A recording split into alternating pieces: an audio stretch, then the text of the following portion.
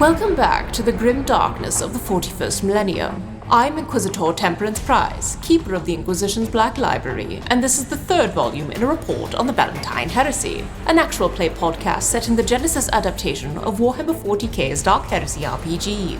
This report features Game Master Tom McGee and players Ryan LaPlante as Inquisitor Lucius Valentyne, Tyler Hewitt as Attikus Vis, Laura Hamstra as Eli Sharpe, and Borovic as Morgan Rhalls. My report shows that the Inquisitorial Band succeeded in their various missions.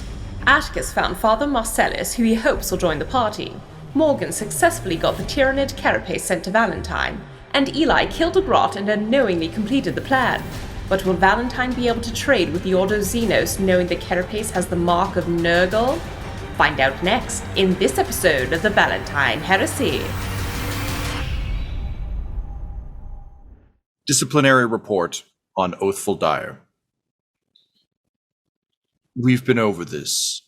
Just because someone shows up at the elevator doesn't mean they're an Inquisitor. This is your fifth and final warning.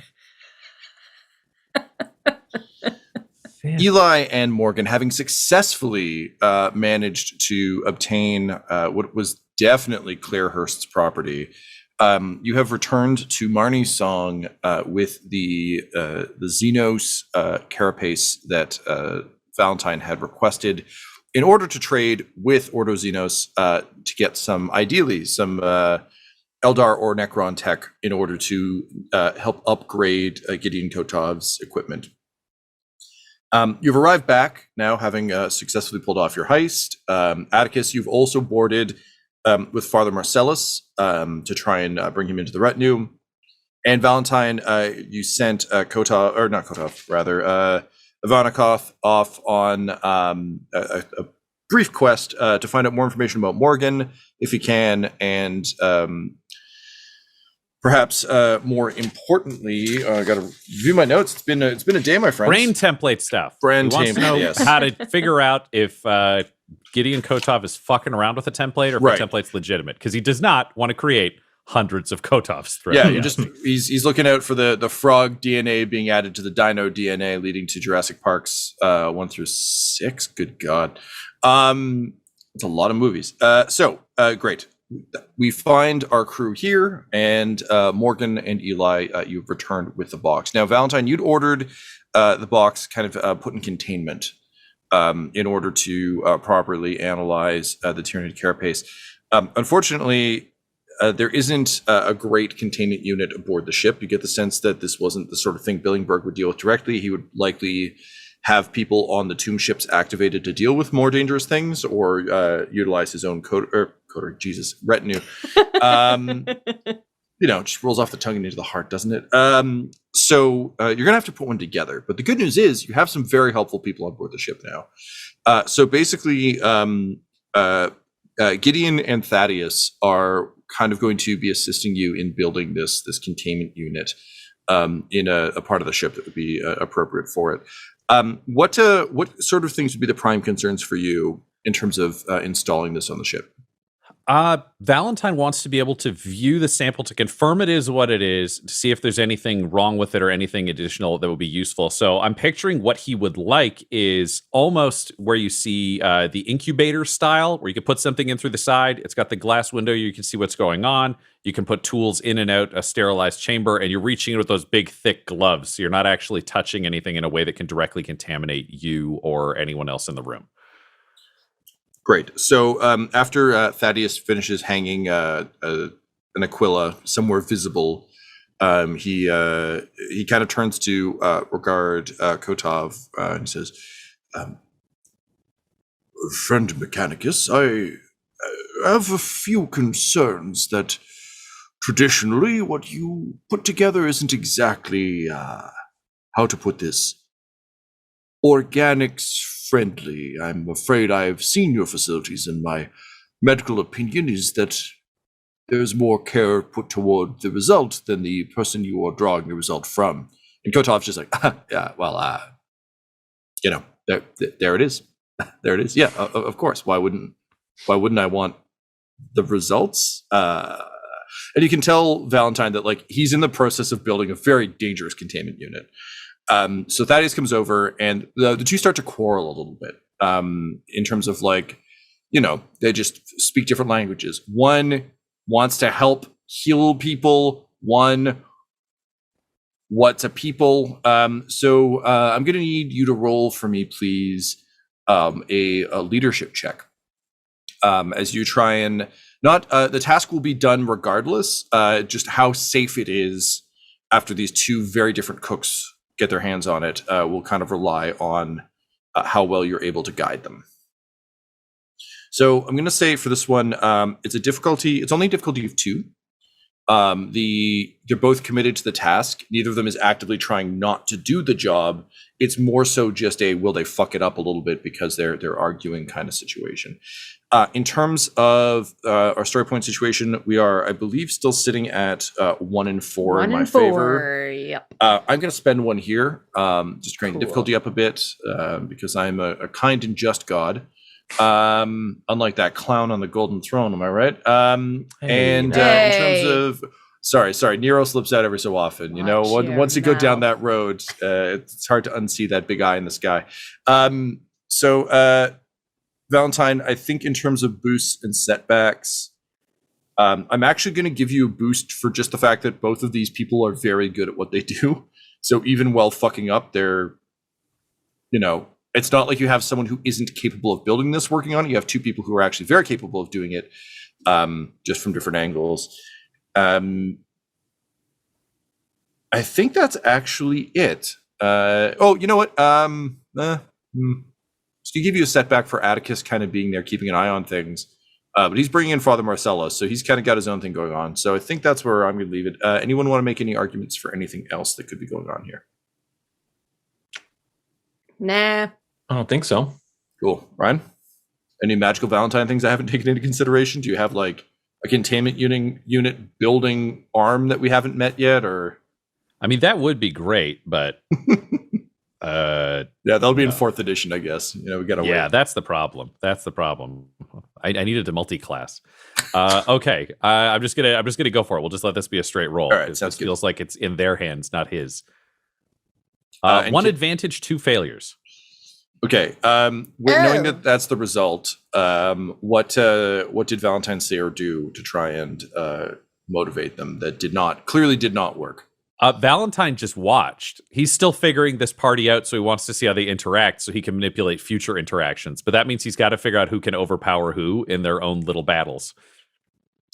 Great. Okay. So ultimately, the problem that you observe is that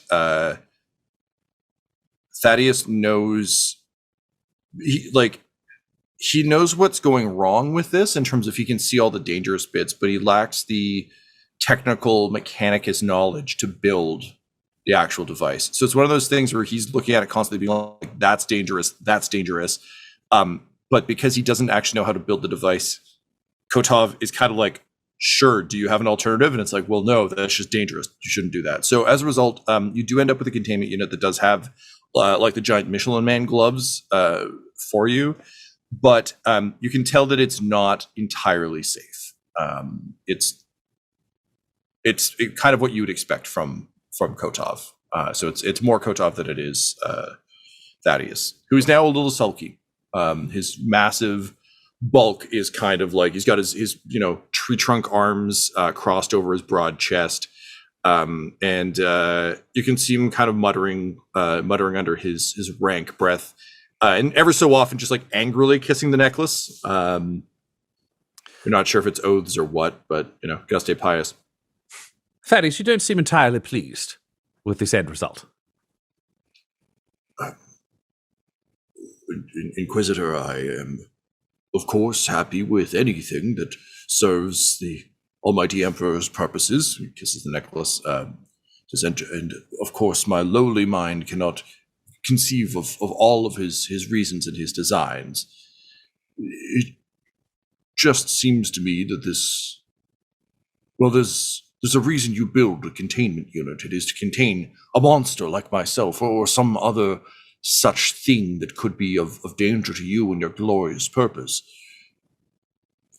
This has not been built safely, So though it may contain an object, the device itself could cause harm, which seems to be at cross purposes to our goals here.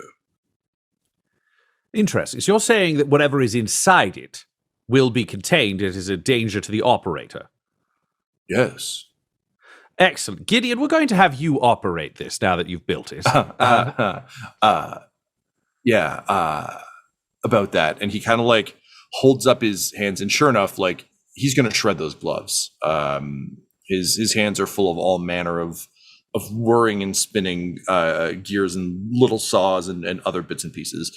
Kind of like a horrific grimdark Inspector Gadget. Inquisitor Gadget. Gideon, how will someone be injured using this machine? It's fine. Look, you're beast man over here. He's just looking at the sharp edges. He's looking at the spiky bits and showing concern. But I didn't get these, and he holds up his hands. He's like, I didn't get these from not taking those risks. You got to just kind of get your hands in there and get messy. So, someone might get some cuts, micro abrasions, that sort of thing. Might get a little shock here and there, but that's all part of the process. That's science. Well, Gideon, I hate to be clear, but I'm going to be operating your containment unit. And any damage that is done to me, the rest of the crew will undoubtedly mete out on you. And I assume you've met Attikus. He just points to the muscle-bound guy who's like waiting to talk to the teacher in the corner with a friend Valentyne is ignoring until this issue is sorted. Attikus is standing at attention. He has no problem with this. Yeah, Father Marcellus is like one step over your shoulder, also kind of standing at attention, but also kind of behind you as much as he can. Okay, so here's the problem, Ryan. Because you failed on your roll, this machine cannot be fixed, and there does need to be some consequence to Valentyne. I'm not asking it to be fixed, baby. You may have noticed he never said do it again. No, I'm aware. I'm committing to this problem. I'm just committing to threatening people about it. Valentyne will do it himself. He's just saying they're going to fuck up this Mechanicus if they fuck up Valentyne. You had 2 advantage? One advantage. 1 advantage? Okay, cool. Admittedly, the other thing to factor in is Valentyne does have a mechanical arm. So he is also in a Kotov zone if he's doing shit one-handed. Your mechanical hand, though, like Kotov's hands are he's all all blades sorts of and tools. Shit. Yeah. So yours will be fine. Honestly, it's just like weirdly, if he did it, it would actually put all of you at risk because he would invariably pierce the seal on these gloves, and then it's like, oh no, I hope that virus doesn't get. Oh god, okay, well, dead. Now we're all dead. Okay, so you can go ahead and operate the machine when you're ready. He's ready now. Okay. he made his threats. He's good to work. Great. So Morgan and Eli, you've delivered the carapace armor into this kind of chamber. We'll say it's one of the storage chambers aboard the ship. Has been turned into this sort of small lab containment unit piece. Do you think that both of you would stick around for this? Eli, with his experience with the Tyranids, would want to be sure that there's nothing, like no chance that something is still alive or something, there's going to be some sort of contamination. Like he's just probably he's a little jittery about bringing it on board. Like while he had to retrieve Canehurst's quote unquote stuff, like he was fine. He had the mission, but like knowing what was brought back on board, it's Gotcha. Not sitting too well after he had some time to think. And Valentyne, did you mete out any form of punishment to Eli after he killed the grot and copped up to it at the end of the last episode, or did you just kind of let it slide? Valentyne ultimately would have to let that go once the story was clear that Eli had also been kept out of the loop of information, which Valentyne can appreciate. Then it's the price of doing business. Okay. He can't really bitch about being like, I told you to do a mission to get a thing, and the thing has been got and no one knows. And then he's like, why didn't you get more? Like he's a logical employer, you know? All right, fair enough. Frustrated, yes, but the Emperor didn't want him to have that grot. The Emperor wanted him to have this carapace. Yeah, the Emperor's just calling that grot back into Hell. He knows hell, I guess. Okay, fair enough. So Eli, you don't have that hanging over you. I mostly asked just to see if like you also had a slap, if your wrist was still stinging from being slapped, but it wasn't, so you're fine. All right, so you're gonna stay vigilant to make sure that this isn't one of those like I brought back a cursed tome. Let's all read it out loud. Yeah, I don't know if there's like windows into this. I think I'm picturing this as way too much of like a modern, clean like Star Trek This is, ship, and knowing like, nah, Laura, this is 40K. No way. It would be in the way I'm imagining this room. If we're using Star Trek terms, it would be a bit like one of the rooms is shown like a Klingon ship where the lighting is super red and everything is super industrial metal and there's sharp edges everywhere. So it's kind of like a small cargo room with just this central unit that I think we've established isn't huge. Also, the carapace isn't like the full torso of a Carnifex or anything. It's just like a chunk, like a shoulder blade style chunk of carapace armor. The containment unit in the middle of the room is big. Or honestly, if you're using modern Trek, it's the mycelial network chamber in Discovery. It's just like a nice clean thing you can look into, but it's still an industrial room. It's not a clean room. So Eli will be standing like just inside the room, like at the doorway, arms folded, seemingly chill, but his foot's just tapping a little bit. Okay, nice. And Morgan, would you stay in the room for this? Morgan would not be around for this. A, she already looked at it and doesn't want to know. And B, everyone seems to be very interested and distracted by this. So this is a perfect time to wander around the ship and look at all the rooms and figure out the floor plan and possibly schmooze with the pilot. Because she just wants information about what it is. Where's the secret passages in the ship? We gotta find them just in case. Yeah, well, you go to the library or the study, and it lets you go across the board, and then you pop up another one. We need to know these things. And Del, forgive me because it's been a hot second. Your colony, Nurgle wasn't the issue there. It was Tzeentch? Slaanesh, right. I had a 1 in 4 shot. All right, great. So chaos in general, bad. But yeah, exactly. Yeah. It's still not oh, cool, don't worry. It's one of those benign chaos gods. Great, okay. So Morgan, you're gonna attempt to stealth around the ship a little bit. Knowing from your description how deeply Valentyne would hate that, I think I'm gonna get both of you to do a roll here. Okay. You want perception for my boy? I would actually like vigilance from you, please, Ryan. And Alrighty. Del, I think we'll go with stealth. Do I get my jacket? I'm gonna say no because there's enough. I can see you. You're not invisible if you report. Fine. Yeah. Fine. Hey, I'm gonna take what I can get over here. Is that there's always one of us around our table is always wearing this hat in each game. It's like whoever can get sneak attack damage is always like, MIA, can I have concealment? Like, it's true. When Ryan's playing Declan, he's like, can I hide? It's just like, Laura's always like, can I shadow step into it? It's like everyone's got their one. So Del, you don't get your sneak attack damage today. You just have to stealth like a normal person. Fine, I'll do normal roll your stuff. 100 dice. If we want to use me, do you want me to roll a check or should I be the difficulty for the check, Tom? How vigilant do you think Valentyne's being? Is this passive for him or active? I imagine like this task is busy. You've got 2 idiots who are kind of fucking it up, and now you have to operate heavy machinery. So I feel like this is probably passive, but correct me. I'd be passive. who are So yeah, the let's two just idiots? have me be the difficulty then. Thaddeus Not Eli. Thunderhorn, Beastman, Aristocrat Doctor, and Gideon Kotov, Mechanicus Magi. So Del, your difficulty if we're using my vigilance passively will be 2 green, 1 red. So 2 purple, 1 red. Sorry, purple, 2 one purple, red. 1 Yep. red. Yeah, sorry. Okay. All right. Cool. Do I get anything for everyone being distracted? This is my lady. This is all her. She's like, what can you give me? So you definitely get a boost for the general distraction that's going on in the room. There's a lot going on. I think maybe you can also take a boost for having done the task. So like you've literally, it's like you showed up with donuts for everyone, so everyone's happy that you brought donuts. But I'm also going to give you a setback for just how many people are in this room. It's like almost all of the named characters on the ship are hanging out in this room right now. So fading away.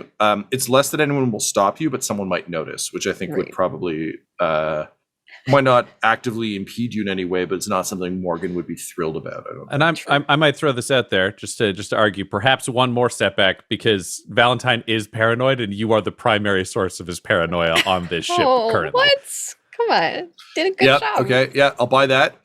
But I will also give you a boost because of the bird.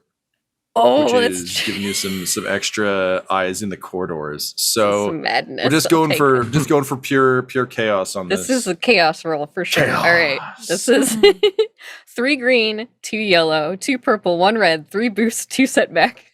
No, this is strongly weighted in your favor. Chaos is way closer to 50-50. I'll take it.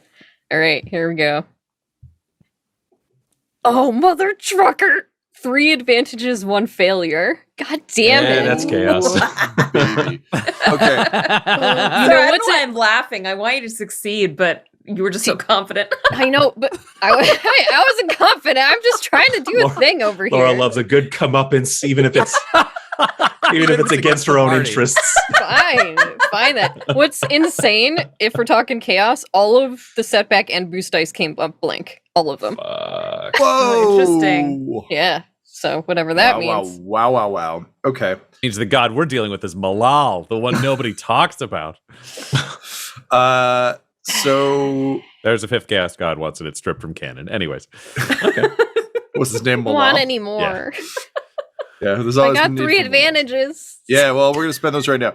So, Del, you failed to slip away unnoticed, but with your 3 advantages, I'm gonna say that you can pick who notices between Attikus, Valentyne, and Kotov. Well, I'll say it's Attikus then. Attikus can notice me. Okay, so Doodly. Attikus, you notice Morgan slipping away. You shouldn't have done that doodly as you were backing out. Yeah. It was the twinkle fingers that caught Atticus's attention. Yeah. Yeah, the invisibility cloak is very effective, except when you're saying doodly do. And Attikus notices noises. hands. That's his thing. Big hands. What would Attikus do about that? The answer can absolutely be nothing. I don't think it is, though. That's the thing. I think Attikus would turn to Father Marcellus and say, "Wait here. Let me make the introduction. I need to go look at something." And I'm going to go through the same exit that Morgan took. Okay. Do you care if she notices that you're tailing her? Or are you just following her kind of innocently at this point? Because honestly, it doesn't look, or joking with the doodly doos aside, it literally just kind of looks like Morgan was standing around with everyone and then just like left. Like she could be going to the washroom. Like it's not. Okay. Under those pretenses, I would probably stay still. I would probably remain at attention and waiting. If she just looked like she was innocently leaving to carry on about various duties, that's fine. I feel like Morgan, that's at least how I was imagining it. I assume that's yeah.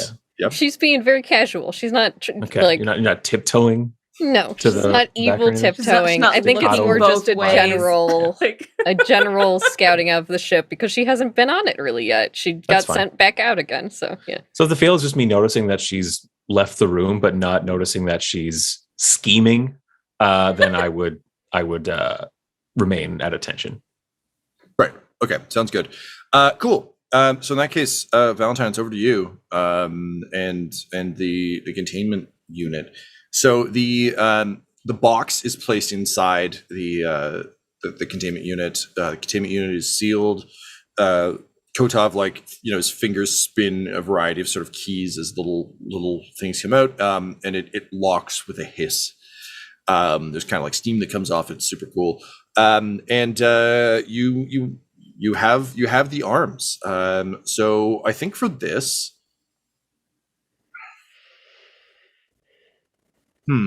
this is an odd one because this isn't really a skill we see too often. I'm thinking maybe cool or coordination.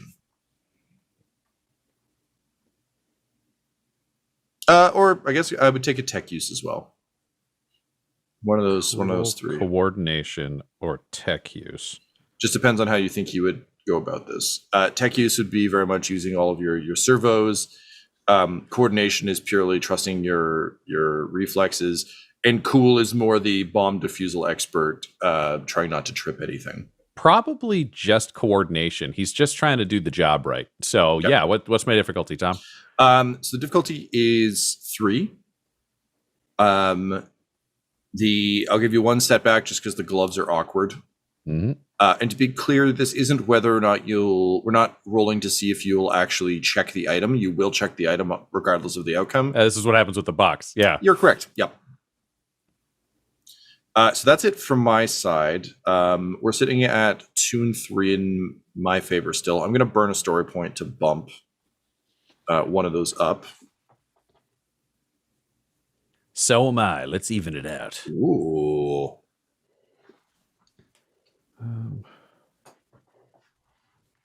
Do your eyes grant you any proficiency for these kinds of tasks? Noticing small details or anything like that? They can.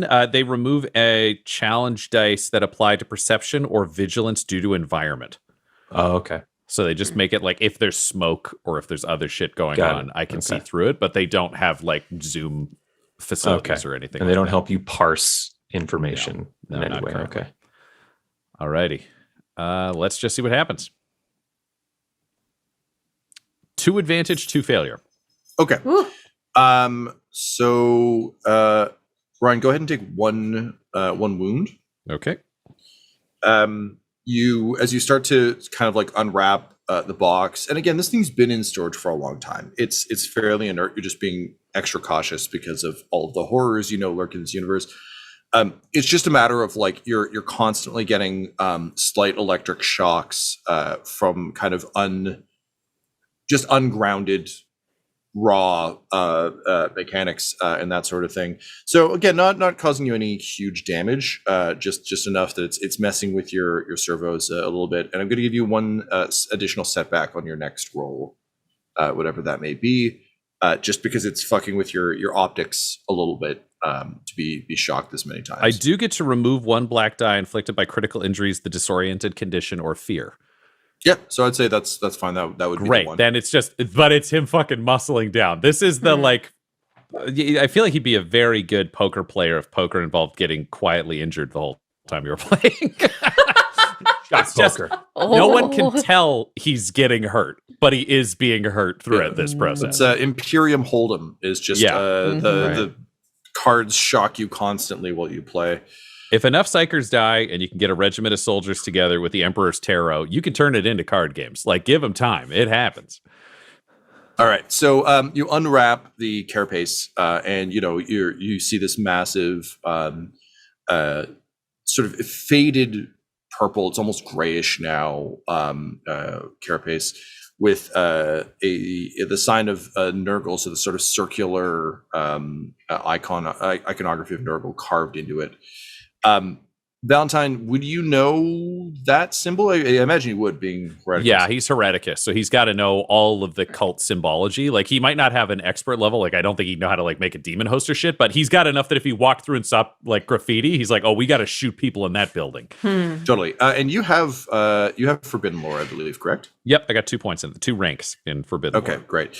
So let's go ahead with a check, please, on that. Just because again, it's the most obvious thing. As soon as you kind of use your safety lab gloves to rip open the packaging, the fact that it's got this sigil on it at all is incredibly strange. Attikus, would you? I don't think you'd be familiar. Nope. No, so you're fine. And Eli, I think we've established the Xenos element would be more concerning. The good news for you Yeah. is it is gray in a very like this is inert and dead way. It's your favorite shade of Tyranid.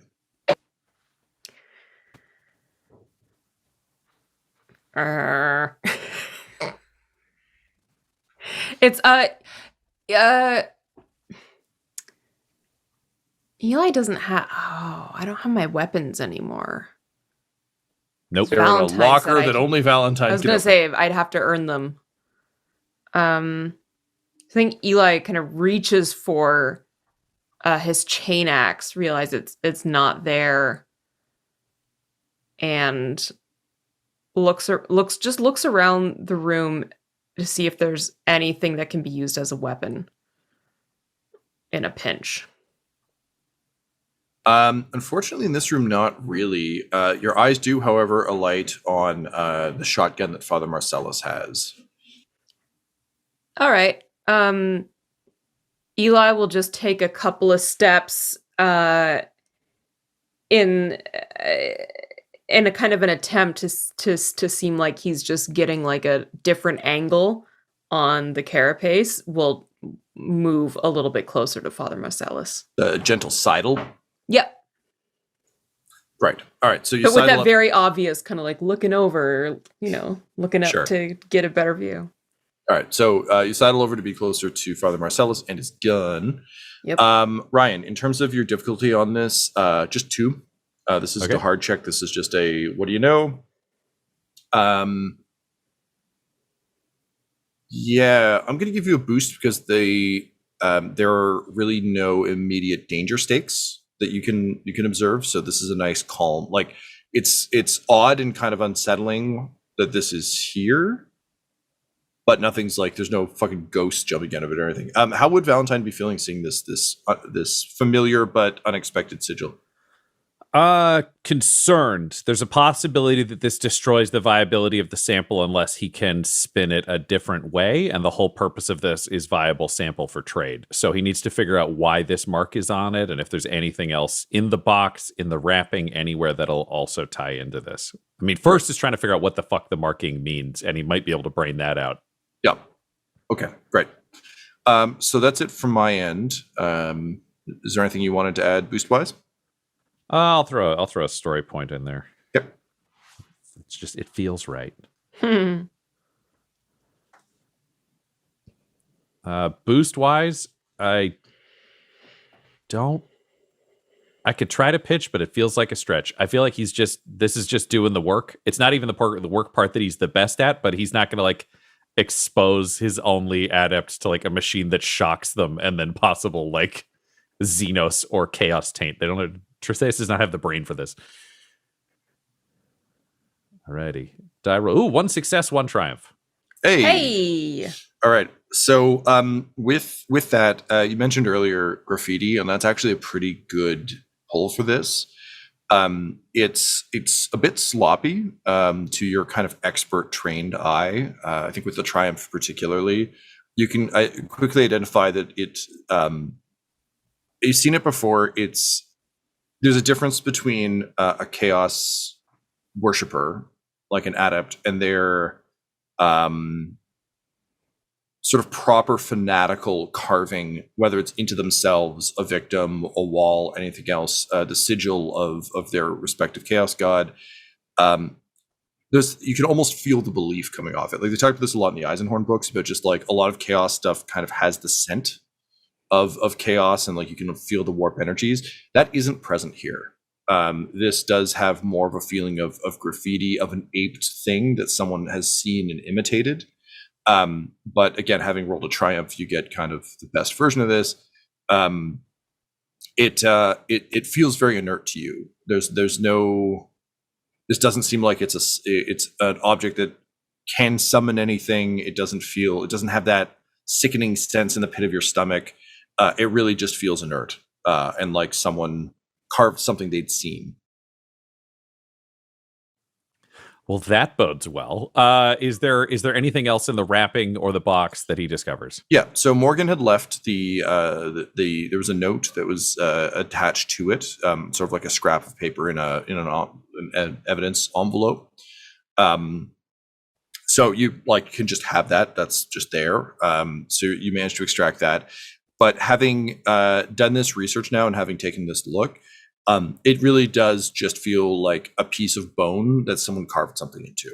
So whatever purpose that served, it seems to be completely inert now, both in terms of you don't share Eli's fears that somehow a piece of Tyranid bone could regenerate into a full Tyranid, but it's a museum piece as far as you can tell. And then you get the note. All right, yeah. Well, he would open the note within the chamber? The chamber as well, yeah, to read it. Great. So it seems to be a brief, sort of a brief inquisitorial report, sort of almost like off a notepad. Like if you think about like an investigator on the scene of a crime, it's that kind of like tear off, stick on kind of thing. And again, given that you had a triumph, it informs you that the carapace was the belonging of a heretic named Merrick Hamstra. And according to the sort of like interrogation and execution notes on Hamstra, he apparently won it in a card game from an inquisitor who reportedly said he, quote, got all he needed from it. Hamstra then attempted to use it in a ritual, confusing Xenos with chaos and kind of thinking tomato. However, having no actual capabilities in the summoning of monsters or demons or demon hosts, nothing happened. It sounds like there was a lot of pomp and circumstance, enough so that he was captured by Inquisitor Fortunus Verklo, who summarily had him executed for heresy.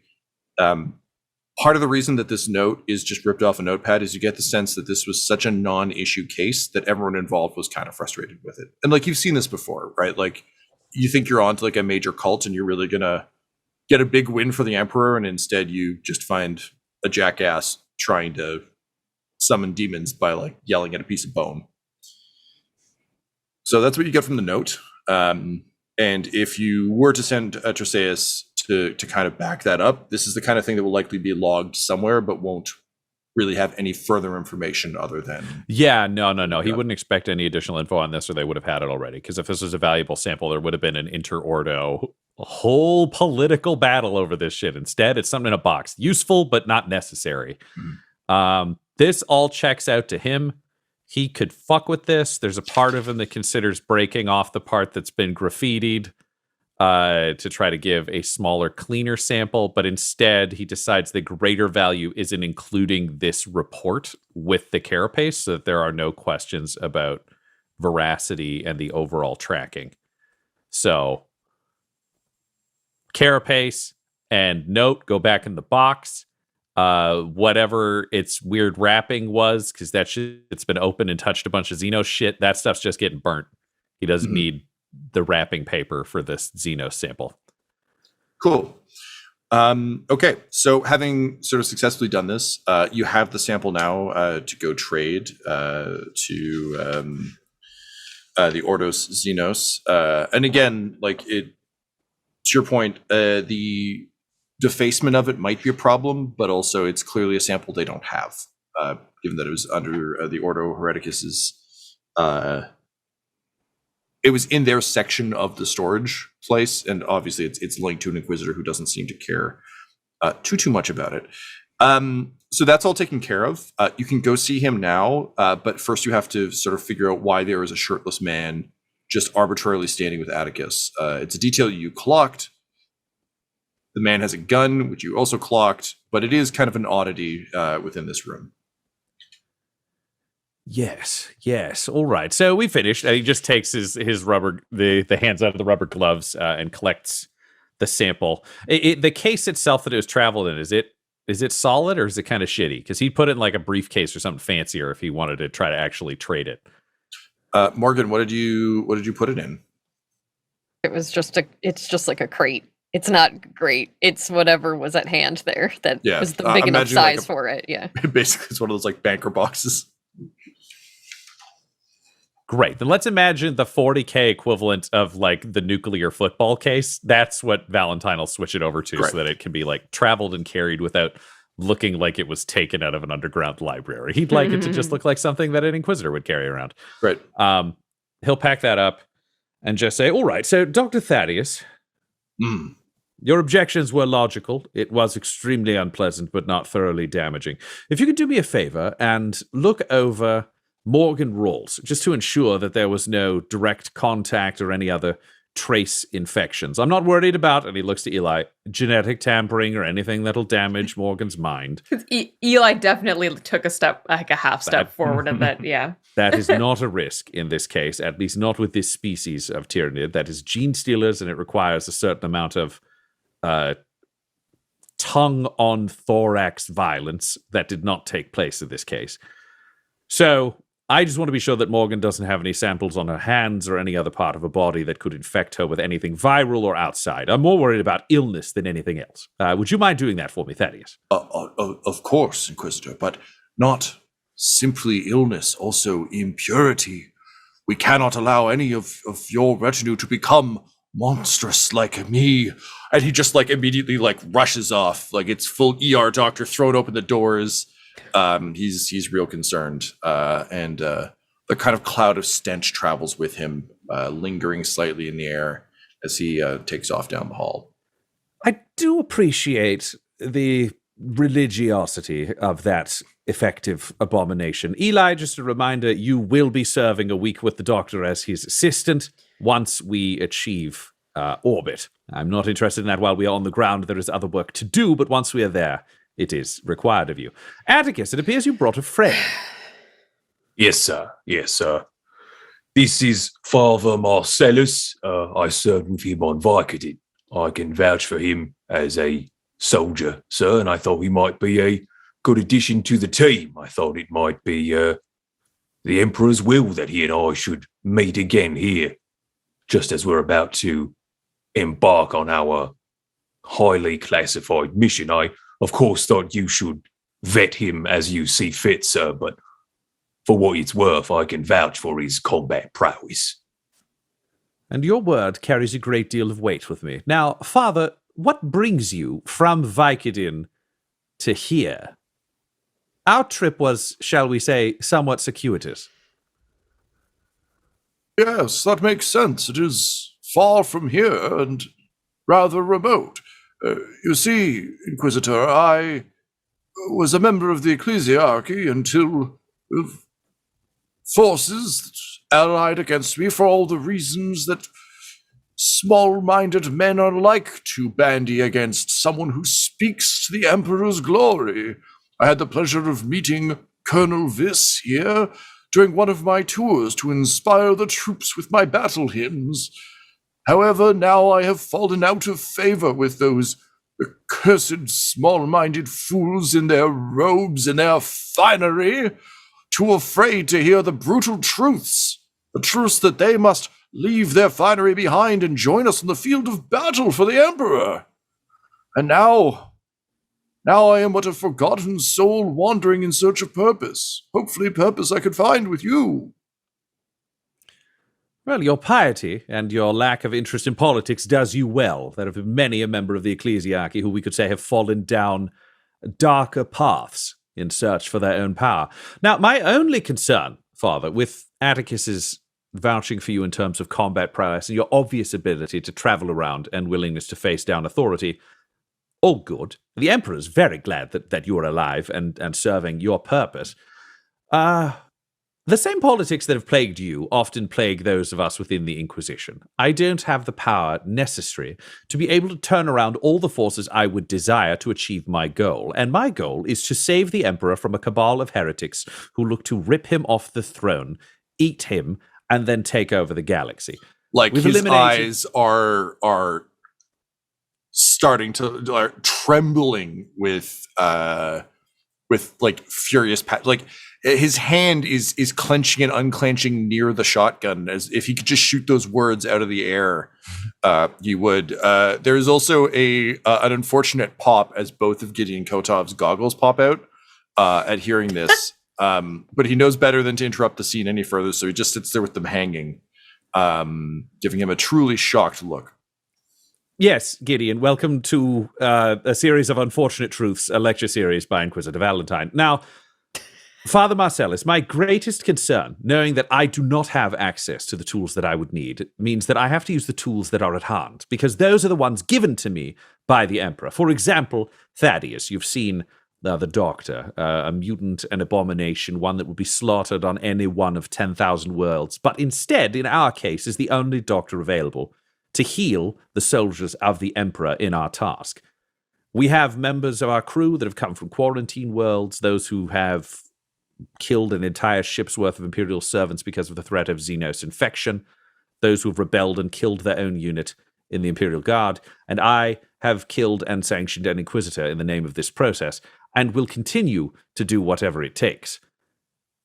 The question is, there are many souls that are strong in the way of steel, where they are hard and they are cold, and when they are tested, they break. For they cannot adapt to times that may require their faith to be more flexible to achieve their ultimate goal. And then there are those that are strong like a tree, like a sapling. When the wind blows, when the ground shakes, when storms follow, when rocks fall, they bend to the left and to the right, weaving themselves in the wind with great joy for the Emperor, able to work alongside things, able to face corruption, able to step into the shadow and into the darkness, knowing that at the end of it, they step into the highest light, because they serve the ultimate power for the ultimate purpose. Are you brittle in your faith? My Lord Inquisitor, I am the wind amidst the trees, and my words carry with them the sound of those willing to do what is necessary, what must be done. My soul is merely the Emperor's breath blowing through this world. It means nothing to me, and should not concern him, nor you.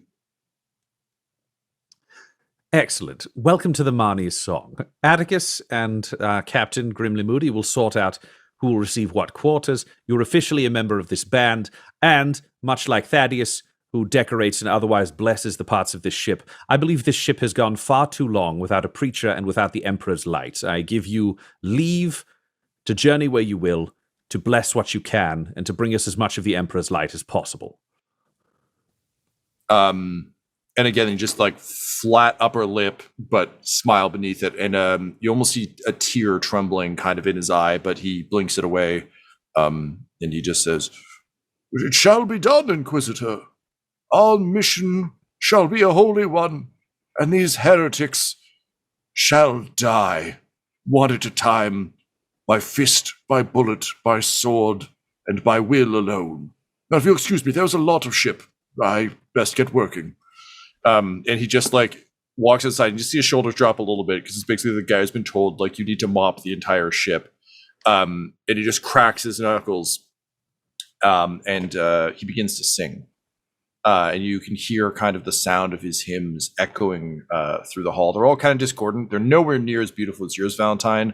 He writes his own, and he has grown, in fame amidst the regiments of the Imperial Guard. That's like only because they haven't heard the really good shit that you have access to. So he continues to kind of do his best as he goes, but you're bolstered by his enthusiasm for the task. Excellent. Good find, Attikus. Very good find. Oh, well, thank you very much, sir. Now, it is time for us to organize a meeting with the Ordo Xenos. And Valentyne will walk out because the best place to send any of those kind of messages is either from his quarters or the bridge. Probably going to the bridge because he'll want to know if any other messages have come in from control or any other areas. Okay, excellent. So you make your way to the bridge to set up the meeting in the trade. I think what we can say, Ryan, is given that you're really just trying to do a straight trade of goods here, I think it's with all the Inquisition staff kicking around, you can probably just do this as a call from the bridge. And if Maid is cool with it, people can just transport it to him and bring your stuff aboard. Unless you actually wanted to go in and see. No, he's fine with making a trade. The faster this happens, the better. If he would be aware that he might be able to make the trade over the phone, he'd bring Kotov just because Kotov knows the equipment he needs. It'd be really dumb. Otherwise, it's like Valentyne. Like when I worked on film sets and the camera person would give me a list of what I needed to rent, and they'd be like, "Can you take this instead?" And I'm like, "No, you don't understand. I just have 4 things on a page." That'd be Valentyne without Kotov. So. Yeah. Understood. Okay, so you make your way to the bridge with Kotov over your shoulder. Morgan, during this time, you've been sneaking around. And you mentioned you want to talk to Grimly, the pilot. Mm-hmm. Is there anything else you were looking for, specifically like escape hatches and secret passages, right? Yeah, just scouting out the make of the ship, and I think that would be one of the reasons she'd want to talk to Grimly, is just like to try and schmooze him, but also to just like, what's the make of this ship? How old is it? What that kind of stuff. Okay, so for that, can you please give me a? I'm going to say streetwise. I think because you're not analyzing it as a pilot, you're analyzing it as a stowaway. Right. Totally. Exactly. That is precisely what she is doing. I'm going to say difficulty 3, setback for just how many people are around in general. Mm-hmm. Boost for Toby. Okay. I think that's it. All right. Well, I'm just going to roll it straight and see how it happens. Do it up. This is just a... Wow. This is a weird one. I got 1 advantage, 1 failure, 1 triumph. Oof. Okay. So you do manage to find some like you haven't found like your ideal. Well, I mean, you did get a triumph. So we'll say you have found like one proper, like in Star Trek terms, like a Jeffrey's tube kind of situation where it's just like something that runs almost the length of the ship that is fairly small, but given the lightweight gear you wear, something you could easily kind of ferret your way through if you had to. So basically a bolt hole, which I think immediately for you makes this place feel a little bit more like home. Yeah. So you find that, you realize it's got access routes kind of throughout the ship. So we'll say that kind of accounts for your triumph. Cool. For your failure, though, I think when you meet Grimly, that's what we'll do. So you find your passage, you come into the bridge, and Grimly's got his feet up as usual. He's reading there's a dog-eared copy of the exploits of some cowardly Imperial Guard, or heroic rather, I should say, wildly heroic Imperial Guard commander, renowned for his wonderful deeds, and muttering to himself, but just like he's just gonna be like, incredible, oh, such heroics, what a man. As you enter, how do you approach him? What's Morgan's play here? Morgan's gonna try the bar schmooze, that she would come in and she would sit on a surface and like cross her legs in front of him and be like, oh, this is such a nice ship. Someone who pilots the ship was probably very, very good at what they do. Well, having rolled a failure, he immediately snaps the book shut, puts it under his arm, absolutely clocks the legs. Like he's still like looks at you from toes up, but does it as fast and professionally as he can. Snaps to attention and just says, pardon me, I'm afraid you'll have to speak to Colonel Vis. And then just like his eye trembles a little bit because he spent a long time. He did. With Attikus Vis over his shoulder, instructing him on who he is now. And as a result, he's not just going to talk to some random lady who walked in and sat down. So he instead keys a console and just says, Colonel Vis, there's a strange woman on the bridge. She's asking me things. I think she might be trying to seduce me. Morgan would clock that right away of like, okay, another point in this, like, things about Attikus. And then she would just drop the, like, trying to be sassy, but she would, when she's uncrossing her legs, she would kick him and then walk out. Great. So he takes a boot to the face. You walk Not out. to the face. Okay, well, it's a gentle kick. A, like, fuck you kick. To the where? To, like, if he's sitting, like, to his knee, then. Oh, yeah. okay. And then, like, goodbye. Right. Not on my good list. Face. He flinches slightly, face, but you go to leave. And again, riding the coattails of that failure, you bump into Valentyne and Kotov entering. Inquisitor, and like I'm gonna go down another hallway by, just turning to go. Morgan, we're going to contact the Ordo Xenos now, if you'd care to join us for this conversation. She looks at Gideon, she looks at Valentyne. Would you like me to join you for this conversation? It'd be strange if I didn't want you to and gave you this invitation. Please come with us. All right, grumble. The Eli grumble. Oh no, you picked it up. You've been Yeah. roommates too long. Eli, speaking of grumble, would you be following? Well, I mean, I guess Valentyne didn't invite They you. all would have been welcome. Okay. Once people are on board, they're all the way on board. He's not keeping secrets from people in the ship, just outside of it. Excellent. Yeah. Eli 100% would have followed. Great. And Attikus? Yeah, well, he's got to respond to this emergency situation in the cockpit. There's a girl. Amazing. So you burst into the It's a girl the in our cockpit. tree fort. Yeah, I'm talking to Morgan in the hallway, and Vis just bursts Out of into the way. bridge. Just, yeah. And weirdly, like Grimly is relieved to see you. At this point, we're just like deep in Stockholm syndrome, and he just says, "Colonel Vis, I did as you said. Suspicious people were reported. Did I do well?" Well, it depends now, doesn't it? What will you say to this woman while she was in here? I simply told her that she'd have to speak to you, sir. Oh, he Well- told me so many secrets. Oh, it was you. Attikus putting it together now. What secrets Oh. did he tell you? I'm fascinated. He's gone like pale as a sheet. He is so concerned. Eli's just kind of quietly chuckling to himself. Well, there are certain schematics of this ship that may be unstable, easily accessed. Yes, but you've joined this party, so I would have given you access to those documents if you'd asked. Is there any other quote? It sounds like he's giving you publicly available information that I would have approved. Oh, all right, if you wish to call it that, then. In spite of that conversation, Attikus is glowering at Yeah, Grimly's at attention there we go. stance is trembling ever so slightly. my eyes are boring a hole in his skull. Yeah.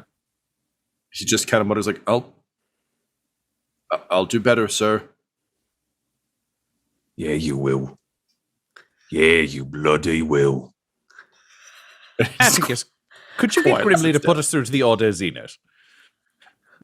Grimly, Sir, stands back up. Order Xenos. On it now. Hop to it. Right away, sir. And he sits down and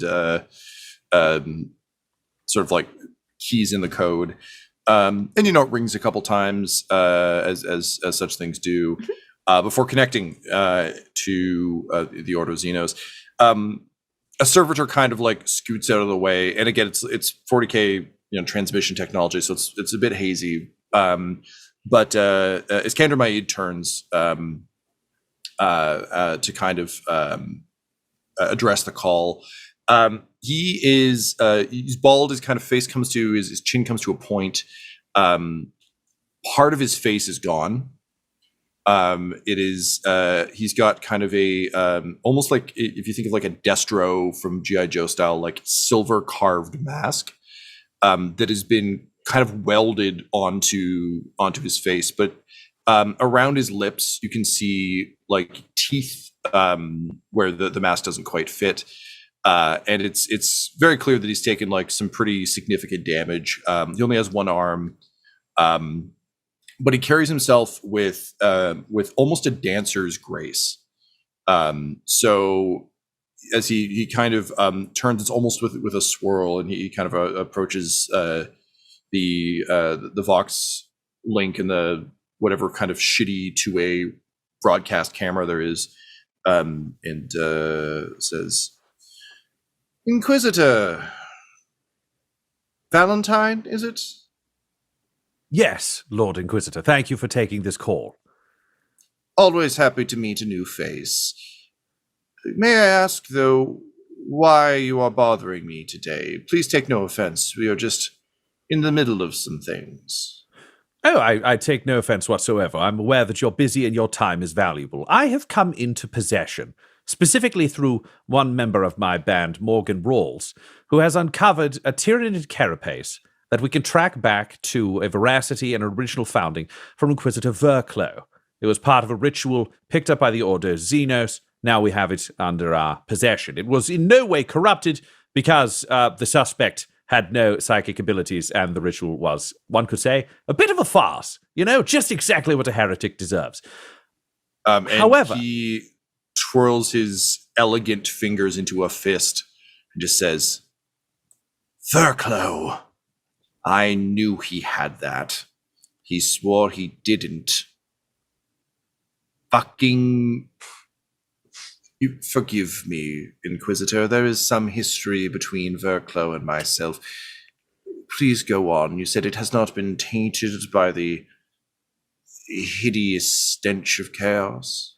Correct. It appears to have been at most graffitied by an idiot who was interested in chaos. Now, just I would... full Sideshow Bob stepping on a rake level of trembling and just like...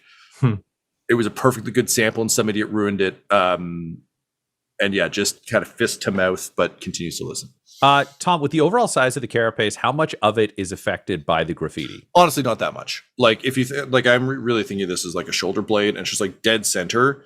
It's just like, it's like anything. Like maybe less than 10% of the overall 100%. Surface area? Yeah. There's plenty to go around. Still. Yeah. The graffiti affects at most 10% of the surface area, and it would in no way affect the genetic makeup or anything else you need for a study. Now, what I would love to do is, let's say, balance the scales between you and Verklo. I have this sample given, again, by Rhalls, who uncovered it. It all traced back to her. I would love to exchange it with you, but what I require for my ongoing research into saving the Emperor, as we are all doing, is additional access to Aeldari or Necrontyr technology. I have Mechanicus Magi here who can carry along any specifications. If you have any samples you can trade, I have a sample I would love to trade. And as singular eye kind of goes wide at this and says, Inquisitor, I'm certainly amenable to such a trade. I've wanted to examine this sample for some time, and as you know, Xenos biology, particularly of the Tyranid strain, is rather worth knowing as much as possible about at all times. I am somewhat concerned, though, as a member of the Ordo Hereticus, why you would want these samples. As you know, there are certain Inquisitors amongst us who look a little too deep into the darkness, and I have some concern that without the appropriate training in the way of the Xenos, that bad things could befall you. After all, I am a master of understanding and dealing with that scum, and I am not impervious to it either. And he kind of like gestures to all of the wounds he's taken from dealing with Xenos shit. He says, so what is your purpose with these samples? Yes, that is a very reasonable and astute question. I am studying the networks of the heretic Barthus Billingberg. I was declared extremis diabolus. I have hunted through his network. I have executed him in the field. And now I'm seeking to understand the technology that he built as the core of his network of followers and elsewhere. It is the only way I can be sure that I can dismantle everything he's built. And at the end of it, I would destroy or turn over to the Ordo Xenos any technology I recover, as well as the original samples. I have no interest for myself. I am solely interested in ending this heresy that has spread itself insidiously through our Ordos, as well as the galaxy. And he nods and says, yes, when one of our kind goes bad, it is rather bad for all involved, is it not? If this Billingberg fellow has indeed leveraged Xenos technology, merged it with the glory of the Imperium, that is cause for concern. I'll tell you what, Inquisitor, I am happy to send you what you need in exchange for this sample. And again, forgive me, I mean no offense. But I do require one of my agents to go with you. I trust you as much as I trust any of our order, but if someone like Billingberg can fall, so too may we all. I need someone there to provide oversight. One of my interrogators. Is this amenable to you? Absolutely. Any assistance taking down this network would be greatly appreciated. Well, very good. Then I guess I can send them with the samples. They will keep an eye on them, and you can send the sample my way. And he like pauses for a second and really considers what's gone down here. I was going to make you roll for this, but that's actually just a really compelling argument, so fuck it. He says, I must say, Inquisitor, my days interrupted quite frequently by all manner of requests and needs. This has proven to be the most elucidating and useful one I've had in some time. You have my thanks and my professional respect. My associate will be with you shortly.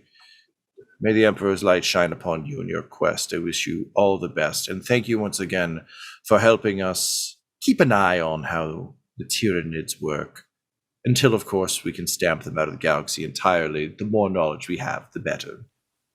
Absolutely. We learn until we can afford to burn our libraries, as is the Imperium's way. Are you sure you're not Ordo Xenos? And then he cuts the call. I do like that man. This episode of the Valentyne Heresy features Ryan LaPlante at the Ryan LaPlante on Twitter as Inquisitor Lucius Valentyne, Tyler Hewitt at Tyler_Hewitt on Twitter as Attikus Vis, Laura Hamstra at EL Hamstring on Twitter as Eli Sharpe, Del Borovic at Deltastic on Twitter as Morgan Rhalls, and our Game Master Tom McGee at McGeeTD on Twitter. This episode was edited and mixed by Laura Hamstra, and the Valentyne Heresy's artwork was created by Del Borovic at delborovic.com, DELBOROVIC. Our theme song is The Hordes by Megan McDuffie, and our ads use the tracks No Control and Chiefs by Jazzar, JAHZZAR, available at freemusicarchive.org. When it comes to Dum-Dums and Dice, you can visit our website at dumdumdice.com. Our Twitter and Instagram are at dumdumdice, and on Facebook at facebook.com/dumdumdice. We have merchandise available at redbubble.com/people/dumdumdice, and most importantly, you can join our Patreon at patreon.com/dumdumdice. That's DUMBDICE. Ave Imperator, and death to all the heretics. Dum-Dums and Dice has to give a special thank you to the supreme beings of our Patreon at this time. The Half-Blind Prophet, Christopher Little, Sue One, George Dolby, Richard Cranium, Sammy Boy, Orion Birchfield, Scott Garland, Benjamin V, Gavin and Abby McDonald, Logan, Fire Unfriendly, Acrix, Grandma Likes D&D, Alan, Austin Nut Powers Fry, Stabby Stranger, Glitch Trick, Roman Brown, Shulzari, Christian Mendez, Spot Allen, Flynn 1138, Alarain Okapi, OMG It's Big Nick, Steve Wees, D&D and Things, and Jill and Noel LaPlante. If you want your name to be added to this list, you can join our Patreon too at patreon.com/dumdumdice. Thanks to them, and a little bit of thanks to you.